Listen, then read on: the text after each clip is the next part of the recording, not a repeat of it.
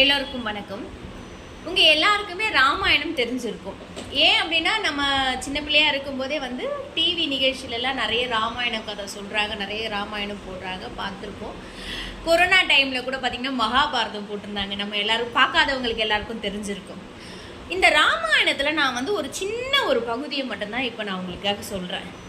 ஏன் அப்படி சொல்கிறேன் அப்படின்னா, நம்மளுடைய மனசு எப்படி நம்ம இன்னொருத்துக்கு கொடுக்குறோமோ அது அவங்களுக்கு அவ்வளோ தூரம் உதவும். அதே மாதிரி நம்மளுடைய எண்ணங்கள் எந்த இடத்துல வச்சு ஒருத்தருக்கு கொடுக்குறோமோ அந்த இடத்துல இருக்கும் அப்படின்றதுக்கு தான் இது பெரிய ஒரு உதாரணமாக இருக்குது இந்த ஸ்டோரி. ராமர் சீதையை திருமணம் முடிச்சுட்டு வந்தாராம். வரும்போது ரொம்ப அமைதியான ஒரு நகரம். எல்லாரும் ராமர் சீதையோடு வந்தோன்னா அவரை பார்க்க ஓடோடி வந்தாங்களாம். அவர் அப்படியே தென்றல் காற்று மென்மையா தொட்டு போற அளவுக்கு அவ்வளோ அழகான சீதை பிராட்டியாம்.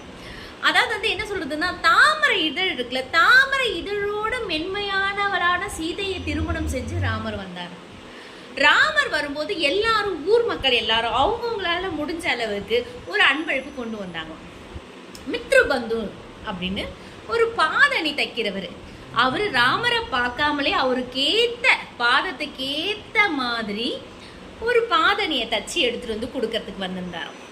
எல்லாரும் கூட்டத்தில் எல்லாரும் அவங்கவுங்க கொடுத்ததை பார்த்தோன்னா மித்ருபந்து, ஐயோ எல்லாரும் எவ்வளோ பெரிய உயர்ந்த பரிசு கொடுக்குறாங்க, நம்ம ராமருக்கு இது மாதிரி எடுத்துட்டு எப்படி கொடுக்கறது அப்படின்னு சொல்லிட்டு போயிட்டாராம். ராமர் கவனிச்சு கூப்பிட்டாராம் மித்ருபந்துவை. கூப்பிட்ட உடனே கொடுத்தாராம். கொடுத்த உடனே சந்தோஷமா ஏற்றுக்கிட்டாராம். ராமர் வனவாசம் போகும்போது அந்த எல்லாத்தையும், வனவாசம் போனால் எல்லாத்தையும் விட்டுட்டு தான் போகணும். அப்போ மித்ருபந்து கொடுத்த பாதியினை மட்டும் போட்டுட்டு போனாராம். அந்த பாதாணியை போட்டுட்டு போகும்போது மித்ருபந்துவை பார்த்து சொன்னாராம், நீ உன்னுடைய உள்ளன்போடு கொடுத்ததால நான் இந்த பாதணியை நான் கொண்டு போகிறேன் அப்படின்னு சொல்லிட்டு சொன்னாராம்.